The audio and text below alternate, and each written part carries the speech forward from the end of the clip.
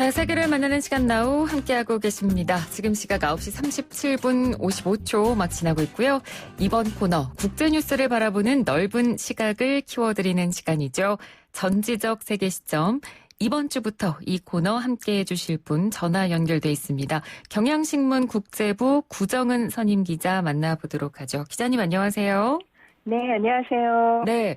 오늘 저희가 첫 만남인데 지금 코로나19 사태로 사회적 거리두기가 격상이 돼서 좀 직접 스튜디오에 모시지 못해서 좀 아쉽고요.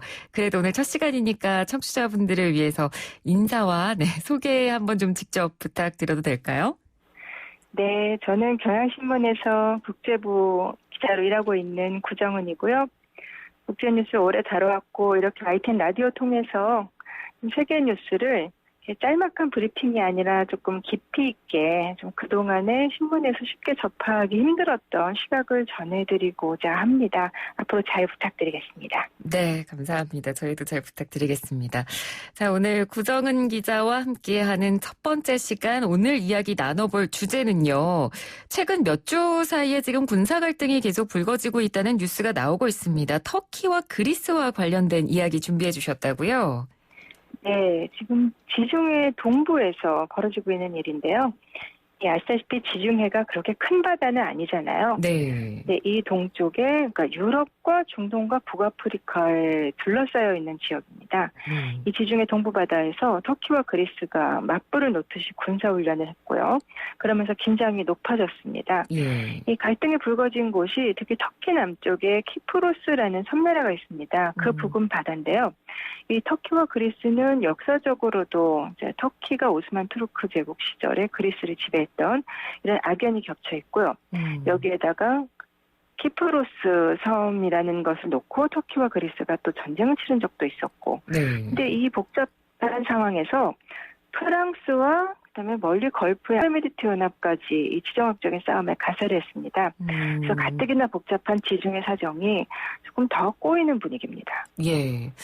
그래서 이 두 나라 간의 역사적 악연은 저희가 잠시 뒤에 좀 더 자세하게 이야기를 해보고 최근 상황부터 먼저 좀 정리를 해볼 텐데요.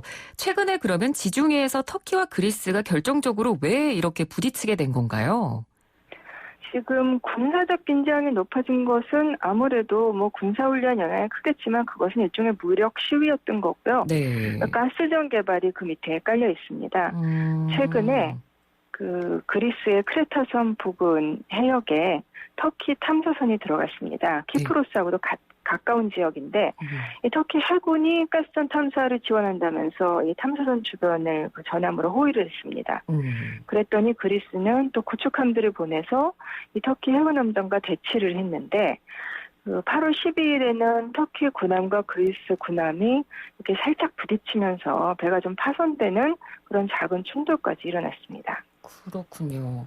일단 지금 상황으로 봐서는 터키와 그리스만 이렇게 부딪힌 건데 여기 아까 말씀해 주셨습니다만 프랑스와 저 멀리 있는 아랍에미리트까지 개입했다고 말씀을 해 주셨잖아요. 그럼 이 두 나라는 어떤 상황에서 끼어들게 된 건가요? 앞서 말씀드린 그 역사적인 악연에다가 또 결국은 그 영유권 다툼 같은 게 있어서 터키와 그리스는 원래 으르렁거리고 있었는데 네. 그런데 터키가 좀 전방위로 영향을 확장을 했고 그래서 그리스의 경계감이 아주 높아져 있는 상황이었습니다. 근데 이런 차에 지중해 동부에서 양국 군함이 이렇게 마주보는 이런 일이 생기니까 프랑스가 그리스를 돕는다면서 전함 2척하고 폭격기 2대를 보냈습니다. 싸우겠다는 것보다는 이것도 역시 시위입니다만은 아랍에미리트 연합 UAE도 그리스 편에 서서 F-16 전투기를 띄웠습니다. 물론 이제 걸프에서 출동한 건 아니고요. 네. 원래 합동 군사훈련이 예정돼 있어서 그리스의 크레타 섬에 UAE 전투기가 가 있었던 겁니다. 어떻게 보면 연례 행사라고도 할 수 있는데 최근에 UAE와 터키 관계가 좀 많이 껄끄럽습니다.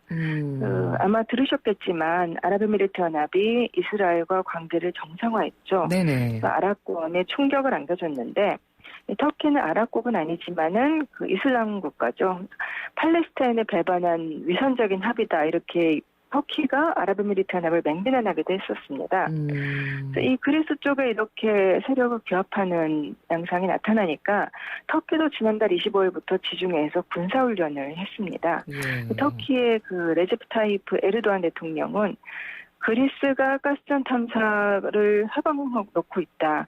우리는 합법적으로 움직이는 것인데 바다의 자유를 방해하고 있다. 이 지역에서 만약 좋지 않은 일들이 벌어진다면 모두 그리스 탓이다. 이러면서 그리스의 도발로 몰아가고 있습니다. 예. 그러니까 저희가 이 시간에 이스라엘과 관계를 정상화하고 있는 아랍 국가 이야기 이런 이야기들을 참 저희가 많이 다뤘었는데 그 영향이 지금 이렇게 지중해까지 미치는 양상을 보이고 있습니다. 자, 그리고 원래 지중해의 어떤 지정학적 장점을 보면 워낙 천연가스 매장량이 많잖아요. 이 일대에 특히 지중해 동부의 레반트 해저분지라는 해저 지형이 있는데요. 네. 여기에 그 원유 17억 배럴, 천연가스 3조 4,500억 입방미터. 아주 많은 양은 아닙니다. 그렇지만 이 정도의 양만 가지고도 주변 국가들이 충분히 다툴 만한 것으로 이렇게 지금 현재로서는 추정치입니다. 네. 근데 문제는 이 자원이 있는 바다를 둘러싼 나라들이 워낙 많다는 거예요. 유럽, 중동, 북아프리카 여러 나라들이 지금 이 좁은 바다에서 해상 영유권 다툼을 하고 있는 데다가 네. 또 이게 그 다국적 기업들 개발권 경쟁도 굉장히 치열합니다. 예를 들면은 제가 자료를 찾아보니까 네.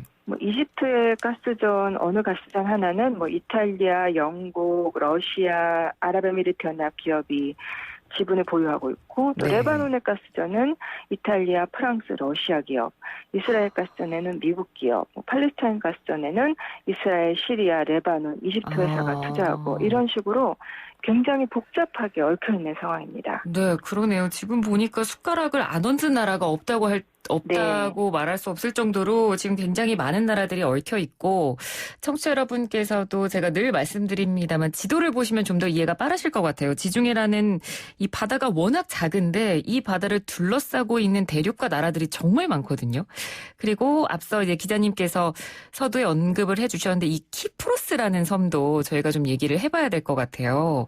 그러니까 위치상으로 보면 터키 바로 아래쪽에 위치한 굉장히 작은 섬인데 여기도 굉장히 우여곡절이 많은 그런 사연이 있는 섬이죠.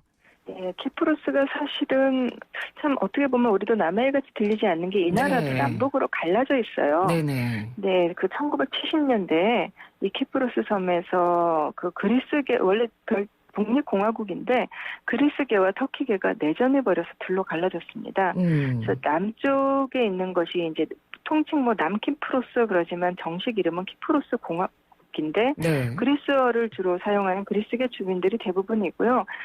국제사회 인정을 받았고 이 남키프로스는 유럽연합에도 가입이 돼 있습니다. 근데 이제 문제는 북쪽에 있는 북키프로스 터키공화국이라고 하는 나라인데요. 네. 여기는 지금 터키만 인정을 했고 그래서 국제사회에서는 정식 국가가 아니라 터키의 그냥 역외에 있는 땅 그 정도로 보고 있습니다. 근데 이 키프로스를 둘러싸고 터키와 그리스가 싸운 것이 가스전 문제에서도 그대로 반복되는 겁니다. 예. 터키가 지금 탐사하고 있는 곳이 키프로스 해역하고 바로 붙어있는 구역인데 이게 또 그리스와 이집트가 그러니까 북쪽의 그리스와 남쪽의 이집트가 서로 영해력을 주장하는 해역과 이어져 있어서 바다 자체도 복잡하고요. 네. 그 작년 1월 달에 이게 하도 문제가 복잡하게 꼬여 있으니까 지중해 동부와 이어져 있는 7나라가 가스 포럼을 열어서 좀 논의를 했습니다. 네네. 근데 터키는 참여하지 않았고요.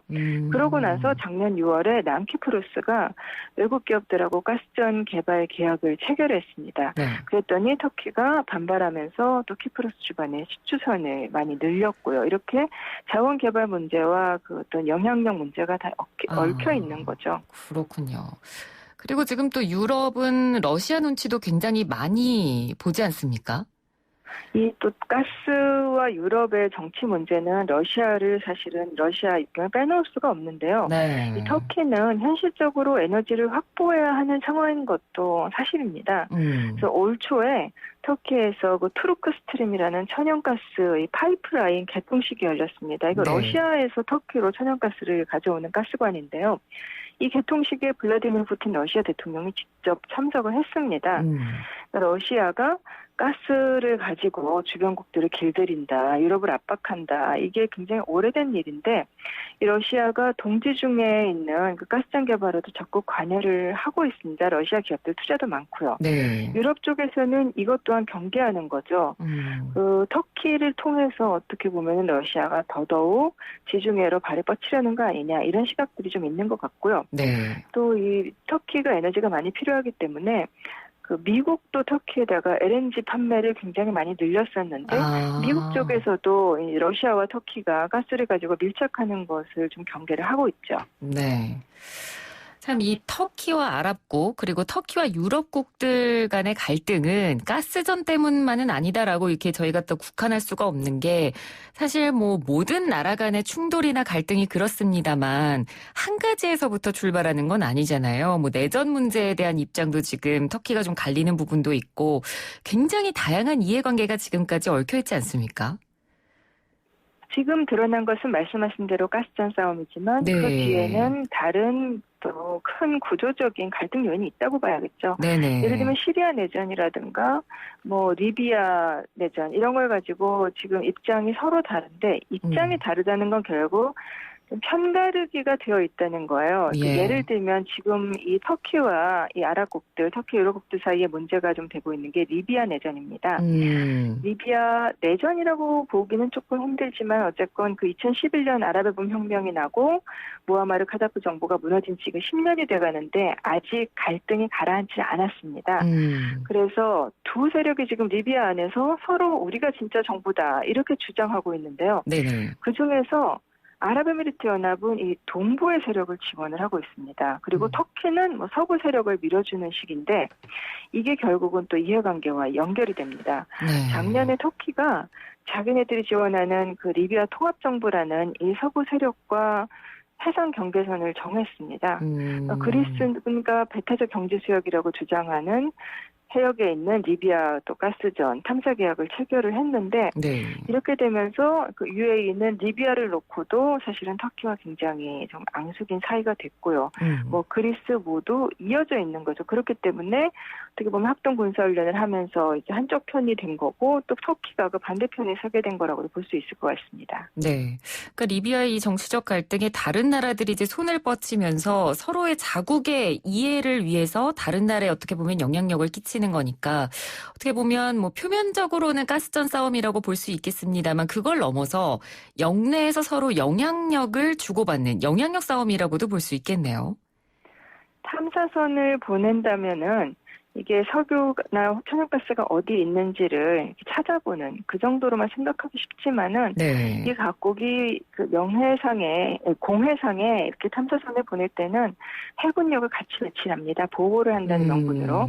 그래서 가스전 다툼이라는 게 기본적으로는 해상 영유권 갈등이지만은 한번 그 지역에 대한 지배를 굳히고 나면은 또 거기서 나온 가스를 육상에서 파이프라인으로 연결을 해서 다른 나라로 보낼 수가 있게 돼요. 그렇죠. 그러니까 말하자면 일종의 가스 공동체처럼 각국이 합종 연행을 하게 되는 것이고 이것이 물론 어떤 국가 전체의 방향을 완전히 결정짓지는 않더라도 네. 그러니까 이렇게 서로 손잡는 세력을 결정하는 데 큰 영향을 미치게 되고요. 또 결국은 패권 다툼하고 이어지게 됩니다. 네. 그래서 프랑스와 UAE까지 끼어든 건데요. 이 두 나라가 결국은 중동과 아프리카에서 영향력을 놓고 터키와 경쟁을 하고 있다고 보시면 될 것 같습니다. 네. 그러니까 전문가들의 말로는 이 지중해 동부는 당연히 터키가 위치한 지역이기 때문에 터키의 국익에는 결정적인 곳이고 거기에 그리스와의 악연 같은 게 있고 또 키프로스 문제가 겹쳐져 있고 여기에 자원 확보 경쟁이 결합이 됐다. 이렇게 좀 분석을 하고 있습니다. 네. 그러니까 참 넓은 시각에서 보면 다양한 이해관계들이 얽혀 있다라는 걸 보면 알 수가 있는데요. 자, 그러면 이 사안을 보는 다른 유럽국들이나 미국의 입장은 어떻습니까? 미국의 도널드 트럼프 대통령이 터키의 에르도안 대통령과 가까운 사이인 거 많이 알려져 있죠. 네네. 그렇지만 그렇다고 해서 미국과 터키가 모든 것에 의견이 일치한다던가 한편인 것은 절대 아닙니다. 예를 들면 터키가 러시아 무기를 사들여서 뭐 관계가 껄끄러워지기도 했고 이렇게 사안에 따라 달라지는데 네. 지중해 문제에서는 미국도 터키를 좀 견제합니다. 작년에 그 터키가 키프로스 주변에서 도발을 한다 이렇게 유럽국들이 일제히 비난을 했는데 미국도 같이 비난 대열에 섰습니다. 예. 이번 군사훈련을 보면서는 뭐 미군도 군함을 배치하기는 했는데 동지중해 문제는 관여하지 않겠다. 이번엔 좀 선을 그었고요. 그렇지만은 터키의 반대쪽에 더 힘을 실어준 거는 분명해 보입니다. 유럽은 좀 분열돼 있습니다. 독일은 중재자가 되려고 지금 애를 쓰고 있는데 네. 독일 외교장관이 터키와 그리스를 뭐 잇따라 방문을 하면서 설득을 했습니다. 그럼 반면에 또 프랑스는 당장 지중해에 면해 있고요. 영향력을 키울 기회로 보고서 노골적으로 지금 그리스 편에 드는 상황입니다. 네. 근데 터키, 그리스, 프랑스 전부 북대서양조약기구의 나토 회원국들입니다. 그래서 유럽 언론들은 자칫하다가는 이것이 그 나토의 내부 갈등으로 번질 수도 있다. 이렇게 좀 우려를 하고 있습니다. 예, 알겠습니다. 자, 오늘 전지적 세계 시점은 터키와 그리스 간의 갈등에 대해서 저희가 한번 좀 분석을 해봤습니다. 오늘 말씀 잘 들었습니다. 고맙습니다. 고맙습니다. 네, 지금까지 경향신문 국제부 구정은 선임 기자였습니다.